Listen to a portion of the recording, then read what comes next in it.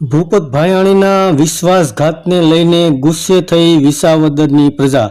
નમસ્કાર દર્શક મિત્રો, ગત વિધાનસભા ચૂંટણીમાં વિસાવદરમાંથી આમ આદમી પાર્ટીના સિમ્બોલ ઉપર વિજેતા થયેલા ભૂપત ભાયાણીએ થોડા સમય પહેલા જ આમ આદમી પાર્ટીમાંથી અને એમએલએ પદમાંથી રાજીનામું આપી અને તેઓ ભારતીય જનતા પાર્ટીમાં ભળી ગયા છે। ત્યારે વિસાવદરની પ્રજા ભૂપત ભાયાણી ઉપર ખૂબ જ ગુસ્સે જોવા મળી રહી છે અને કહ્યું છે કે ભૂપત ભાયાણીએ વિસાવદરના મતદાતાઓ સાથે વિશ્વાસઘાત કર્યો છે, તો વિસાવદરની પ્રજા ભૂપત ભાયાણીને ક્યારેય માફ નહીં કરે।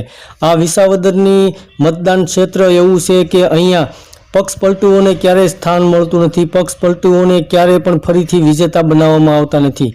આ પહેલાં પણ ઘણા દિગ્ગજ નેતાઓએ વિસાવદરમાંથી પક્ષ પલટો કરી અને ફરીથી ચૂંટણી લડ્યા હતા, પણ તેઓને પણ હારનો સામનો કરવો પડ્યો હતો।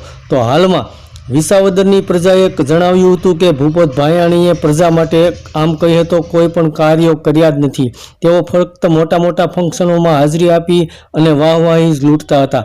તો વિસાવદરની પ્રજાએ જણાવ્યું હતું કે અમે વિસાવદરની અંદર આ પહેલાં કેશુભાઈ પટેલના દીકરાએ પણ પક્ષ પલટો કરી અને બીજી પાર્ટીમાંથી ચૂંટણી લડ્યા હતા, તેઓને પણ વિસાવદરની પ્રજાએ જાકારો આપ્યો હતો।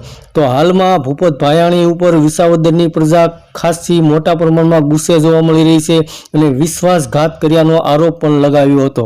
ધન્યવાદ દર્શક મિત્રો।